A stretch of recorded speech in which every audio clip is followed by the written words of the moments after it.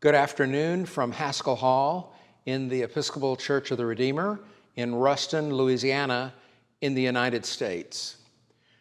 Today's session is a standalone session that is an introduction to wisdom literature, the wisdom literature which is in the Old Testament of the Bible. And so this is a standalone session, and then we will have six other sessions led by Chris Gant on the book of Job, which we're not planning to record. They will be more like a seminar, and so we're not planning to record those. So this is just a standalone on, okay, what is the wisdom literature of the Hebrew Bible like? When you look at the Hebrew Bible, when you look at the Old Testament of Christian Bibles, the Old Testament of Christian Bibles is divided up into the law, the prophets, and the writings. And so on the screen, you can see almost all of the title page of the old Biblia Hebraica from 1937. This was the first Hebrew Bible that I owned. And you can see at the very top of the page, I have drawn a red ring around the top title of the title page, Torah, Nevi'im, Uketuvim, the law, the prophets, and the writings. And of course, we know it primarily by the Latin title, Biblia Hebraica, edited by Rudolf Kittel. And since the third edition, it reproduces the Hebrew text, including the consonantal text and the vowel points, which were added by the Masoretes. It reproduces that text from the Codex Leningradensis, which is one of the chief treasures of the Leningrad Public Library, or St. Petersburg Public Library. And so this was published in 1937, and this was the Hebrew Bible that we used until its successor came out. By the way, the original third edition, the plates were destroyed in the bombing of Leipzig because of the bombing by the Allies during World War II. And so when I bought my copy of the old Biblia Hebraica, it was photomechanically reproduced. In other words, they took pictures of existing copies of Biblia Hebraica, and then they made new plates from those. And so that came out in 1937. And then from 67 to 77, there was a new edition of Biblia Hebraica called Biblia Hebraica Stuttgartensia. It was published in Stuttgart, Germany. You can see it still has Torah, Nevi'im, Uketuvim at the top of the title page. You can see it's got more editors. Rudolf Kittel is dead, and then of course Karl Elliger and Wilhelm Rudolph edited it, and then and also H.P. Ruger. And you can see a whole list of English, Welsh, and German Hebrew Bible scholars there on that page. And then it was in a fifth printing, and it says Editio Quinta Emendata. It was a fifth revised printing by A. Schenker. And it's published by the Deutsche Bibelgesellschaft. It came out in pieces of the Old Testament. We call them fascicles, from 1967 to 1977. When I went to seminary, you could buy those fascicles in the seminary bookstore. And then I remember when BHS came out, and I got some of the first copies in the bookstore. And of course, this was the copy that I bought. And it cost $30 then, and that would have been in about 1977 or 78. And then you can see it says Biblia Hebraica Stuttgartensia, and it says at the top of the page, Torah, Nevi'im, Uketuvim. And it says the same thing on the spine of the book. And so if you are reading an Old Testament translated since the 1970s, you are reading, most likely, a translation of BHS, and that is the standard Hebrew Bible that we are using generally. And there is a new edition coming out called Biblia Hebraica Quinta, In other words, BHS was the 4th edition, and the new one is coming out in fascicles now, Biblia Hebraica Quinta from the Deutsche Bibelgesellschaft. And I will see copies of it in Boston in November, copies of the fascicles. By the way, when we study the Hebrew Bible, we prefer the term Hebrew Bible to the term Old Testament, because everybody in the scholarly world is not a Christian. And so since everybody is not a Christian, we like to have a neutral term that could be used by everybody without any offense. Some people would think that the term Old Testament means that the Old Testament has sort of been superseded by the New. And in Judaism, that is not the belief, and in mainstream Christianity, that is not the belief. And so we prefer the term Hebrew Bible to the traditional Christian term Old Testament, but it's the same, it means the same thing. And the 3 parts, we also, by the way, prefer the abbreviation BCE before the Common Era to BC, because everybody is not a Christian. And we prefer, instead of AD, I mean, everybody does not think of Jesus as their Dominus, right? The year of the Lord means the year of Christ. And so we prefer the term Common Era. It's not that we don't believe in Christ, it's that we want to have a term that could be used in good conscience by all scholars. The Hebrew Bible has these 3 parts, the Torah, the Nevi'im, and the Ketuvim. And the modern term Tanakh is an acronym for Torah, Nevi'im, Ketuvim, TNK. And so you will hear Hebrew scholars and even Christian Old Testament scholars using the term Tanakh, meaning the Hebrew Bible. By the way, the wisdom literature of the Old Testament is part of the Ketuvim rather than the law or the prophets. The Hebrew Bible has these 3 big parts. The original part was the Torah, and it has something to do with Moses. Moses is kind of the star from Exodus onward. And so this is the oldest part of the Bible. We don't really even know how old it is. We believe, generally, that the Exodus took place in the 13th century BCE, and that's when Moses lived. Probably the Torah was not written down until about the 7th century, perhaps during the Babylonian exile. That's a very good question. But you can see Genesis, Exodus, Leviticus, Numbers, and Deuteronomy are the 5 books of Torah. We also can use the term Pentateuch, which means 5 scrolls. The prophets is a group of 2 parts. The first part is called the former prophets, Joshua, Judges, Samuel, and Kings. They are the former prophets because they come first amongst the prophetical books. And then the books that come after the former prophets are called the latter prophets. And that includes Isaiah, Jeremiah, Ezekiel, and the book of the 12. And so they are all called the prophets. Joshua, Judges, Samuel, and Kings are not books by prophets, but they tell you about the ministry of prophets, starting especially with Samuel. And then there is this 3rd part of the Hebrew Bible that is called the writings. You'll remember that Jesus in the Gospels there was this question that came to Jesus about what is the weightiest part of the law? What is the weightiest part of Torah? And then and then Jesus put it back to the person that asked him and said, okay, how do you read? And so this guy that came up to Jesus said, the weightiest part of the Torah is the command to love. You shall love the Lord your God with all your heart and with all your soul and with all your mind and with all your strength. And a second is like unto it. You shall love your neighbor as yourself.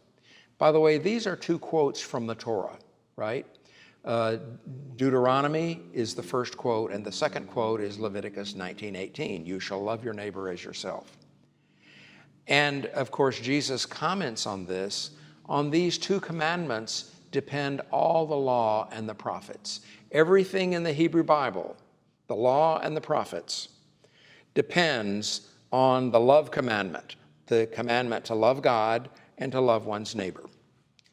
And Jesus commented in Matthew about the first quote, this is the greatest and first commandment. And then the second quote, he said, a second is like it. As far as Jesus was concerned, apparently, as far as we know from the Gospels, the two parts of the Hebrew Bible that are really authoritative are the law and the prophets. Later on, the writings came to be known as well. Canonization took centuries. And so the third part of what we call the Bible is called the writings.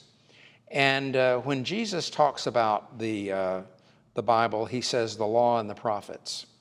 But in the Gospel of Luke, when the risen Christ comes after his resurrection, he comes to instruct his disciples by the seashore after he's already eaten fish, right?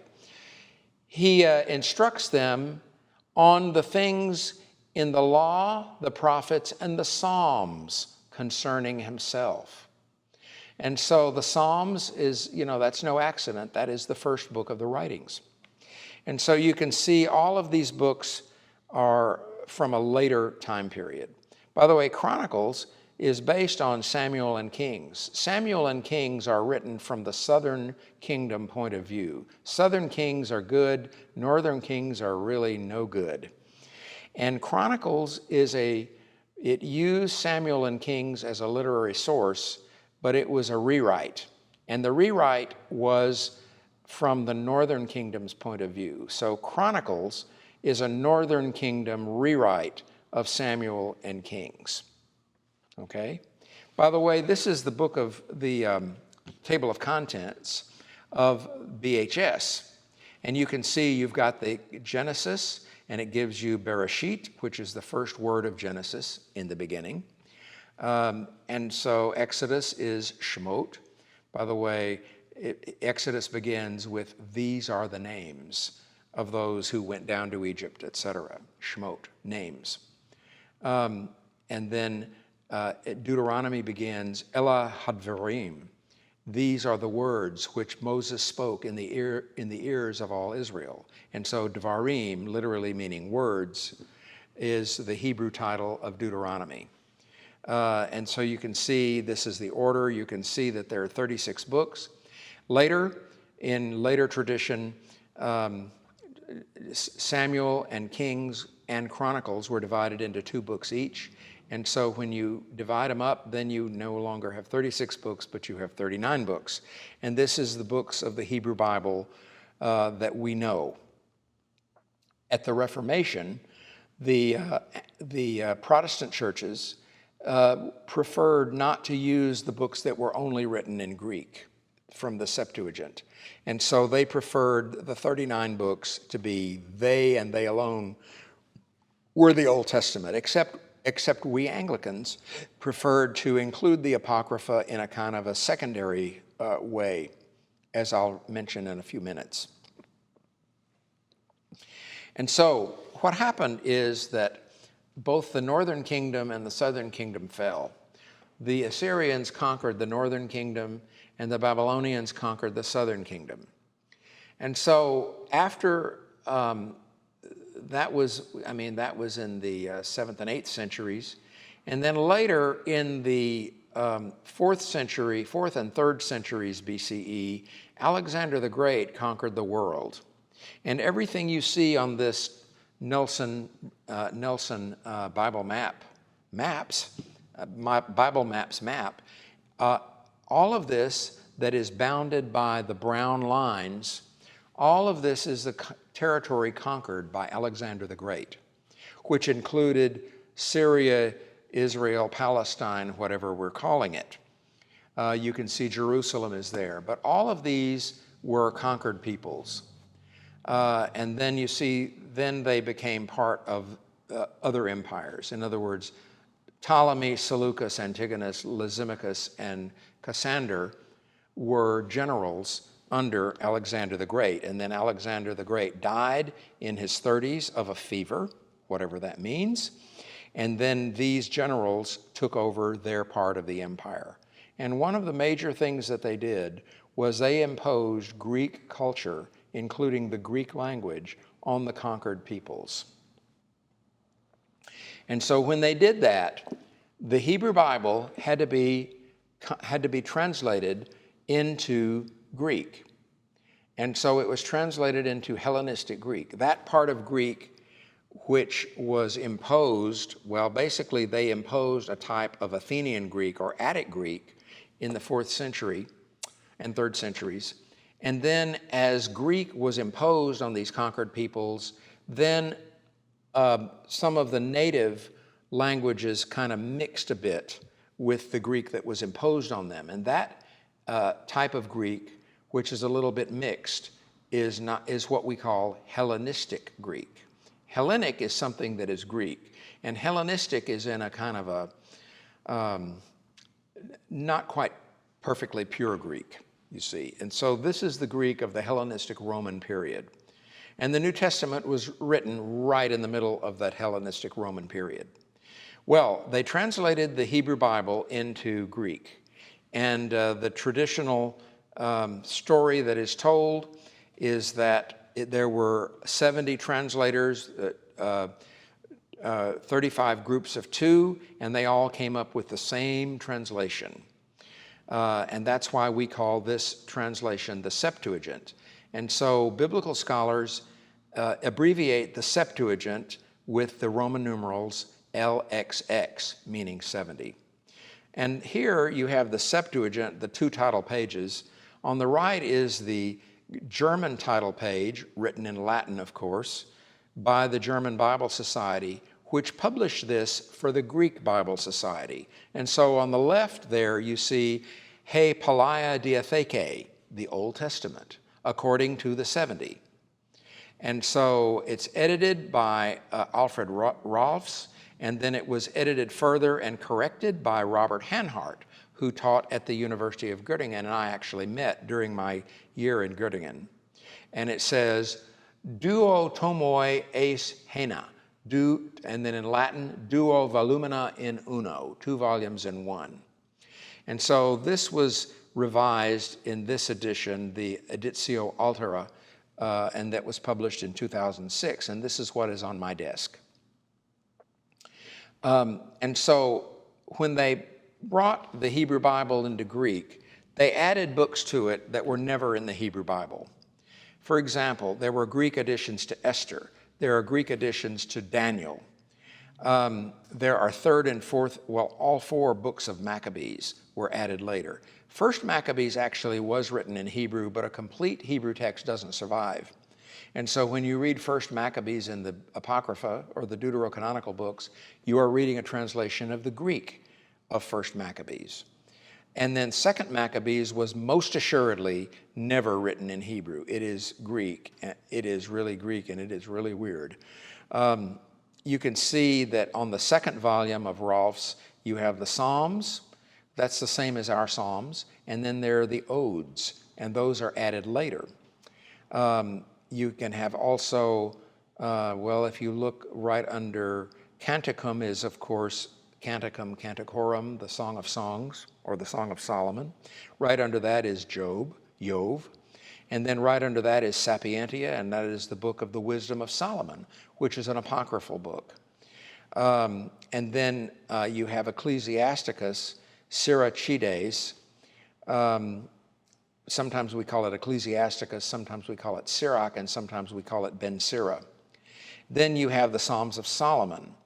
And then OC is Hosea, Amos, Micah, etc.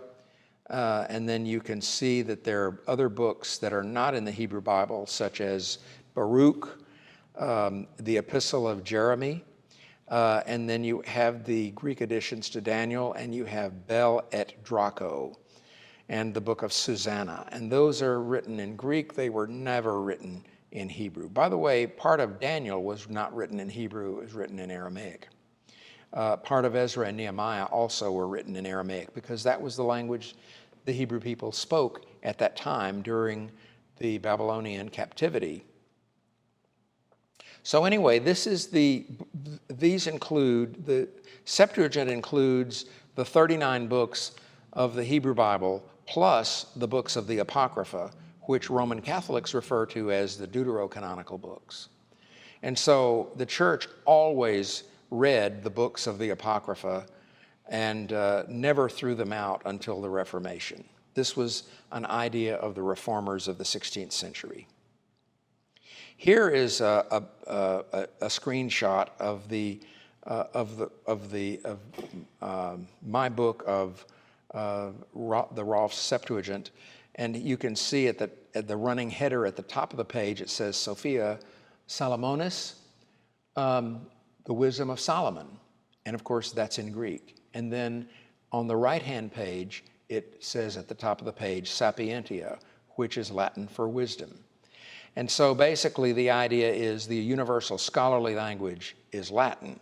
It isn't anymore, but at one time it was. And it gives you the Greek text, and then at the bottom of the page it will give you variant readings. B is Codex Vaticanus, which is one of the chief treasures of the Vatican Library, and then A is the Codex Alexandrinus, which is in the British Library, and then S is Codex Sinaiticus, which is one of the chief treasures of the British Library as well. So this is a book called The Wisdom of Solomon, and we actually read from the Wisdom of Solomon, usually chapter 3, where it says, "The souls of the righteous are in the hands of God, and no torment will ever touch them. In the eyes of the foolish, they seem to have died, but they are at peace." And it talks about actually the immortality of the soul, which is not a doctrine that you find in the Hebrew Bible. But anyway, this comes from the Hellenistic period, and so this book was revered by the church for many centuries before the Reformation. And so the Apocrypha is that group of books of the Greek Old Testament which were never in the Hebrew Bible. And so Jewish communities were widely dispersed in places other than Israel. And Jews no longer were able to do temple worship because the temple was destroyed during the Jewish War of 66 to 71. The temple was brought to the ground pretty much in the year 70 CE. And so instead of worship centering around the animal sacrifices and the usual prayers in the temple in Jerusalem, since the temple in Jerusalem was no longer in operation, what was really born was the synagogue. And so in synagogue worship, worship centers around the reading and interpretation of a chapter of the Torah. And the rabbi is primarily a teacher of Torah. And so in the synagogue, you got to stand. If you're male, you got to cover your head, and you stand during a reading of a chapter of the Torah, and then the rabbi tells you what it meant, and what it means. After Alexander the Great conquered most of the known world, his successors imposed Greek culture, including the Greek language, on the conquered territories. And so after many decades, the Jews generally no longer spoke Hebrew. Their new mother tongue was a kind of Greek called Hellenistic Greek. And this type of Greek became the lingua franca all around the Mediterranean Sea. This Hellenistic Greek is the Greek of Josephus. It is the Greek of Philo in Alexandria, Egypt. There are many other Hellenistic Jewish authors as well. And of course, it is the language of the New Testament. Of course, the new books were written in Greek. They were not written in Hebrew, and they were never part of the Hebrew Bible. But Jewish communities read them and respected them and preserved them. Although First Maccabees, there was a Hebrew text, but a complete Hebrew text doesn't survive. And so when a complete translation of the Hebrew Bible appeared, known as the Septuagint, which is sometimes called the Old Greek Version, these new, mostly Greek books appeared in the Bible along with the books of the Hebrew Bible. And then In most of the history of the church, the originally Greek Old Testament books have been considered an integral part of the Old Testament. St. Jerome, who translated the Old Testament for the first time into Latin, didn't particularly care for them, so he referred to them as apocrypha, meaning hidden books. And so when the King James Version came out, because King James was having all this problem with these radical Protestants known as Puritans, some of which were in the Church of England, and so they had the Hampton Court Conference. And so King James the First of England, who was also King James the Sixth of Scotland, they all agreed that they needed a new non-controversial English translation of the Bible. And so they compared the older translations, such as the Bishop's Bible and the Geneva Bible, and Tyndale, of course, William Tyndale's translation. And so it came out in 1611. Our British colleagues refer to it as the Authorized Version, and in the American-speaking world, we refer to it as the King James Version. And it came out in 1611, including the Apocrypha. And in those days, any publisher that printed the Bible without the Apocrypha was subject to the death penalty. And so in the Episcopal Church, we read from the Apocrypha both in morning and evening prayer and also at the Eucharist, as well as in other services. And according to the 39 Articles of the Church of England and of this church, we do not use the Apocrypha to quote-unquote prove doctrine, but we do read them for, quote, instruction in manner of life and morals. And of course, we scholars read them to learn more about Judaism in the Hellenistic period, which of course is the time in which Jesus lived. And so there were a lot of problems with the King James Version because we've learned a lot more about Hebrew and the other Semitic languages since 1611. And so, I mean, before Gesenius in the early 19th century, we didn't really have a decent lexicon of Biblical Hebrew nor a decent grammar of Biblical Hebrew. Can you imagine translating the Hebrew Bible without a grammar or without a dictionary that was any good? See? So we learned a lot about Hebrew and all the other Semitic languages in the time since 1611. And so as a result of that, and we also discovered several manuscripts of the New Testament and the Old Testament in Greek, such as Codex Vaticanus and Codex Sinaiticus and Codex Alexandrinus. And of course, now we have the papyri, which go back to the end of the 2nd century. And so as a result of these, of having better manuscripts, meaning older manuscripts, and as a result of really understanding Hebrew considerably better than the people in the 16th or 17th century could possibly have done, the Brits brought out an excellent but woodenly translated edition called the Revised Version in 1881. And so people thought it was very accurate. However, it was not in great English, let's put it that way. And there was an American offshoot of the English Revised Version, the RV, in 1901 called the American Standard Version, with some readings that American scholars preferred.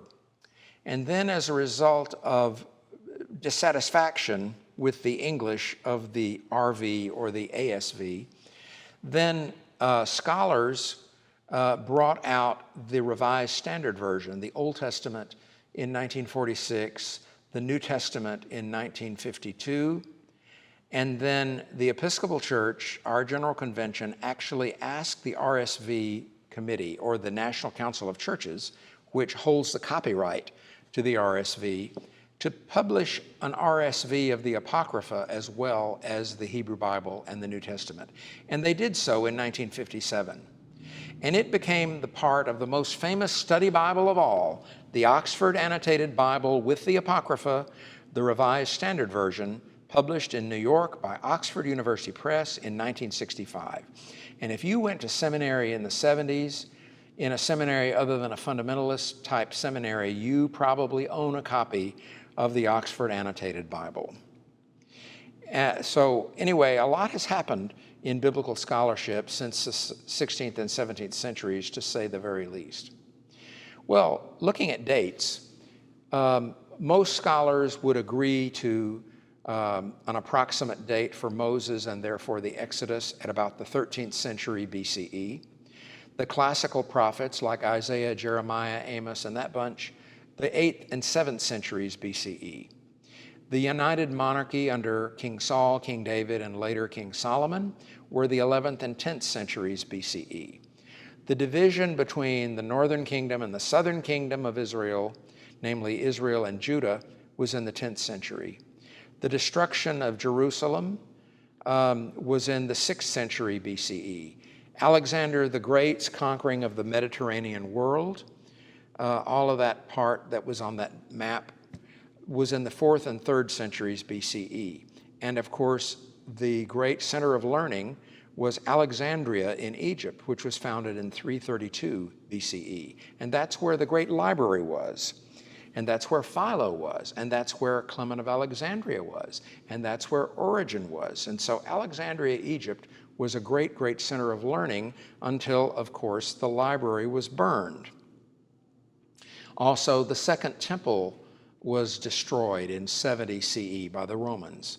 And then the Council of Jamnia, which was an attempt to create a canon of the Hebrew Bible by rabbis, was held in 90 CE. And so they did come up with those 36 or 39 books, but they did not necessarily speak for all of Judaism.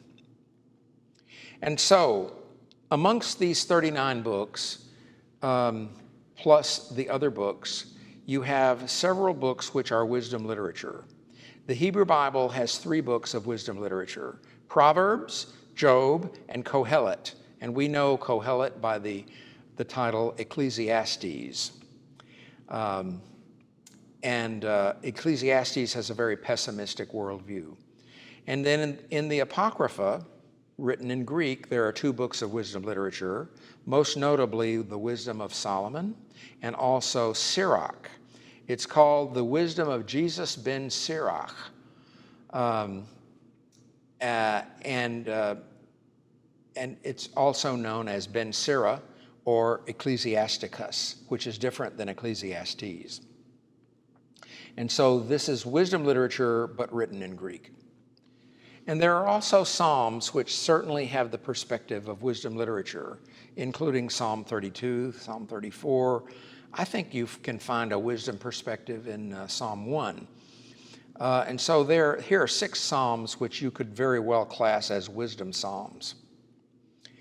Now, wisdom literature is characterized by the answers to important questions. These are not questions about how or even really why. And so ancient Near Eastern wisdom is not so much knowledge of something in a theoretical sense, but rather knowledge of how to do something, right? Knowledge of how the world really works.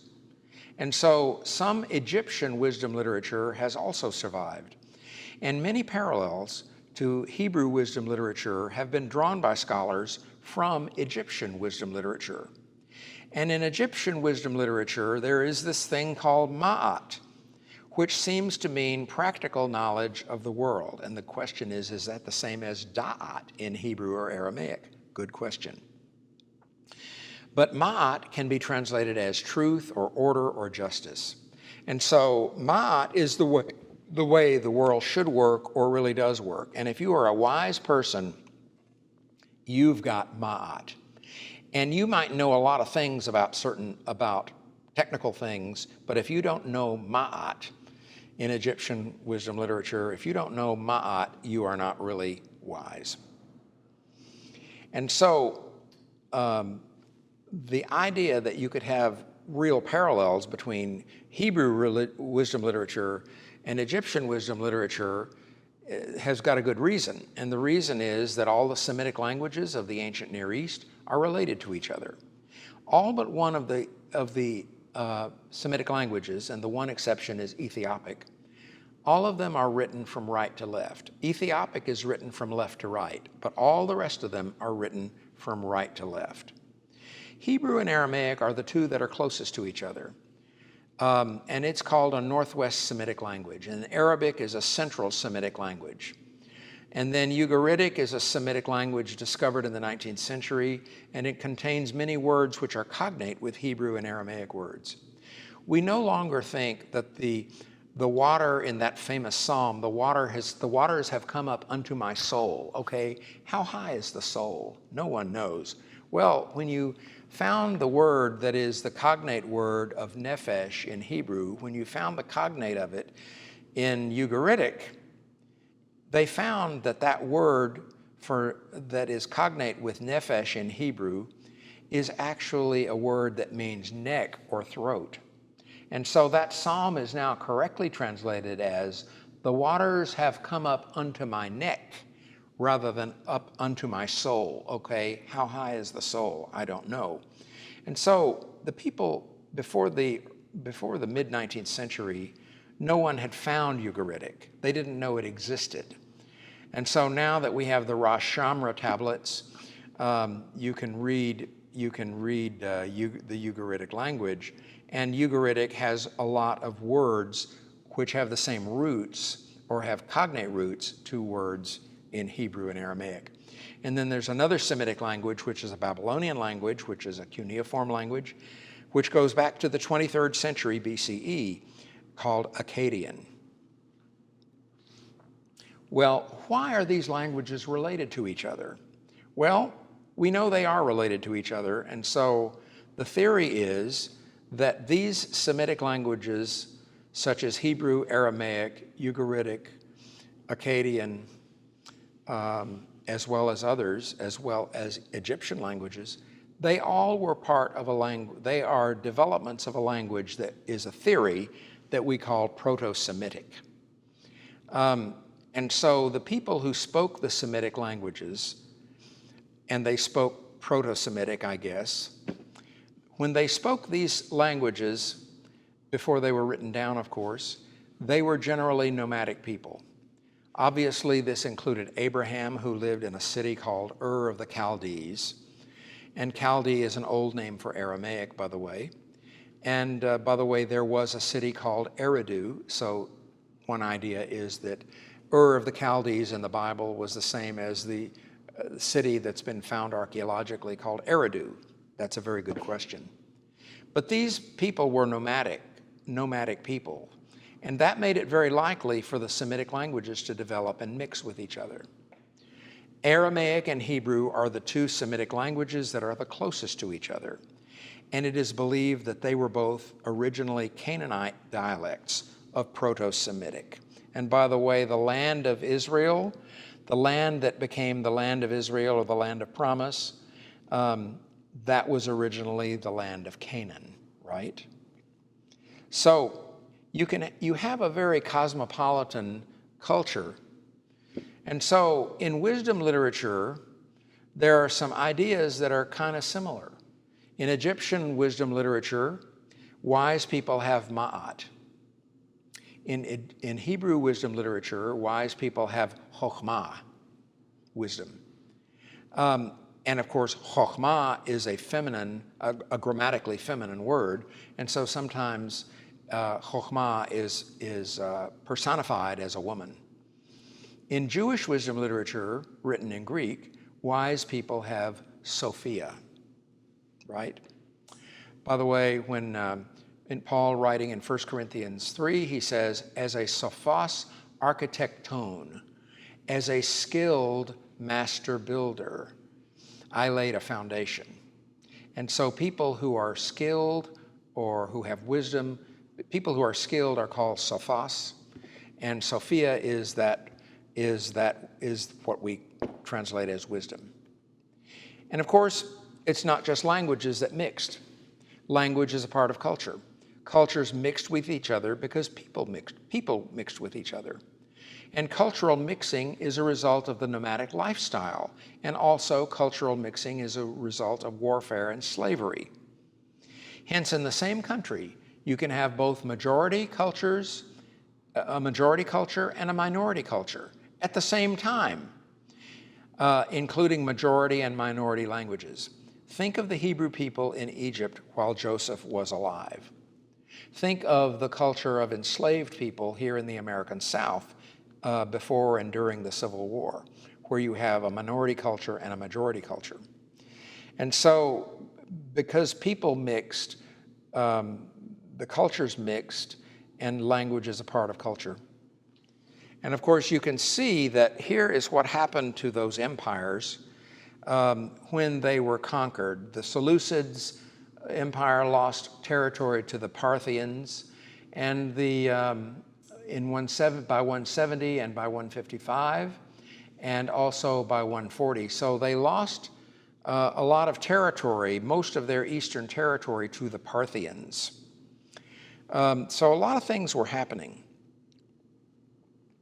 And of course, when you actually deal not just with history, but you deal with literature, getting back to literature, you see that there are two basic kinds of wisdom literature in the Hebrew Bible.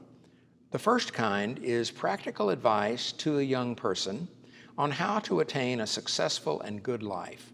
And the great example is Proverbs. It's all about how a young person is supposed to learn and get chokhmah, and when you get chokhmah, you will have a wonderful life, or the best life you can have. And then you have another kind of wisdom literature, a lot more specialized, and that is the type of wisdom literature that probes into the depths of human anguish about the meaning of life, especially the question about why, in a world which is God's creation, and God created the world good, right? And the world continues to be under God's control. Remember, we have all those prayers that begin Almighty God, right? So it's all under God's control. So how do you have a good God who created the world good, and human beings were created good, at least in the first creation story, and the world should be under God's control? How does evil exist? And that is a big human question. And I don't think it's just Christians and Jews who should be interested in the book of Job. I think it's anybody and everybody. And of course, the two big books of this deep question is the book of Job, which is the masterpiece, and Ecclesiastes is perhaps a minor masterpiece and is a lot more not really happy sounding.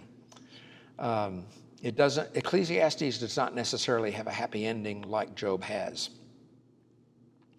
And so another thing that happened is that as the Hebrew Bible was thought about and written about and talked about in Hebrew tradition, there was the tradition to attribute all of the first 5 books of the Bible to Moses, even though he died and was buried, right? But nonetheless, Moses is believed, it doesn't say so in the Bible, but Moses is believed to be the writer of the entire Torah, right? And then later, David was the great person who was apparently he did write some of the Psalms. He was a songwriter and singer, as well as being king, as well as being, of course, in the ancient Near East, a strong king is a strong general. And so he was considered to be the author of all the Psalms, although we know he was not. And so we know that the Psalms come from a variety of periods and perspectives in the Hebrew tradition. And by the way, they are poetry. Poetry was sung. Some scholars, such as the late Father Mitchell de Hood of the Pontifical Biblical Institute in Rome, believe that the Hebrew Psalms were strongly affected by Ugaritic songs.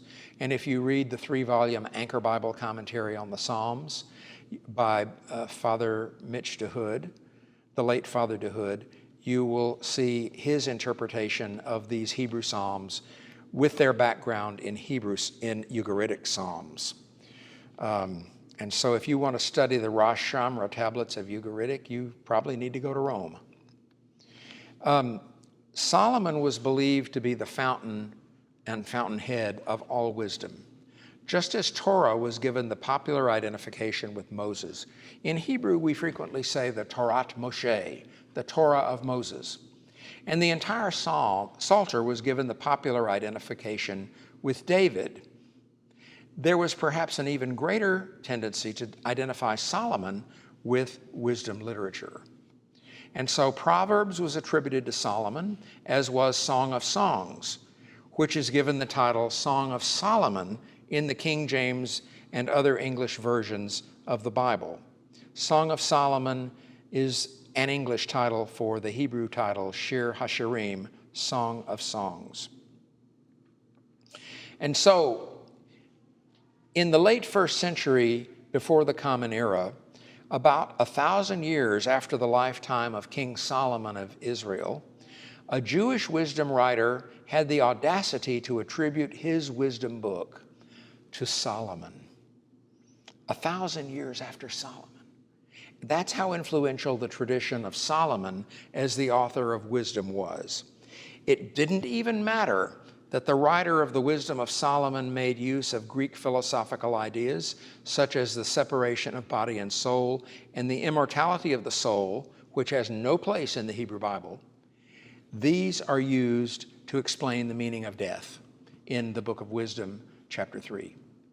And so that's how influential the tradition of Solomon as the author of wisdom was. Just as influential, maybe more influential, than Moses as the author of the Torah, different prophets being the author of the prophets. Even the books, the historical books, are referred to as the former prophets because they mention the prophets. And then, of course, you have David authoring all the Psalms, although he didn't, despite the fact that the New Testament says that he did. But nonetheless, we know that he didn't. And so Solomon was understood to be the fountainhead of all wisdom, and therefore that's how you get the Song of Solomon, and that's how you get, in Greek, the Wisdom of Solomon. So what does all this mean? It means that Israel was not just geopolitically part of the ancient Near East, but that various common ideas, including real religious ideas of the ancient Near East, found their way into the Hebrew Bible, which Christians traditionally call the Old Testament. So there are religious ideas from the larger ancient Near East that do find their ways into the Hebrew Bible. And also, the other thing this means is that Israelite thinkers and writers, like others, reflected on the meaning of good and evil, reflected on the meaning of right and wrong, and the meaning of life, illness, and death, even of particularly wonderful, righteous people. And of course, when you see the reflections of this in the Bible itself, this suggests to me that religious thinkers and writers, like me, we must not isolate ourselves or the religious institutions or the academic institutions that we serve from human problems. How can churches and synagogues respond to great evil happening in our societies? How can you just ignore bad things happening in our society? How can churches and synagogues spread the good news about God in societies that are really hurting? So these are real human problems, and they ought to be talked about, and they ought to be thought about in our religious institutions, as they should be talked about in schools and especially colleges and universities. And so as we begin to study the book of Job, as we will be doing here in Haskell Hall on Sunday mornings, kindly do not forget that Job is a part of the larger genre of wisdom literature, which includes both Hebrew wisdom literature and the larger ancient Near East wisdom literature. And so the book of Job reflected and theologized about God and on the meaning of life, which includes both good, such as God's creation of life and God's creation of all living things. And remember, in the first creation story, after God creates man and woman in God's image, he sees that it is very good. So it's really important to realize that we believe that creation is good.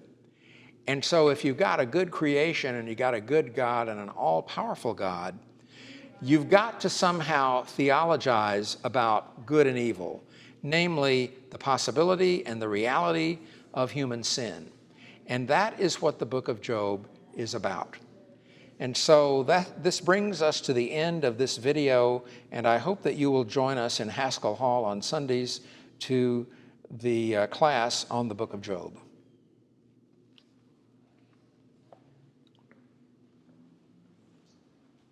You can come in now.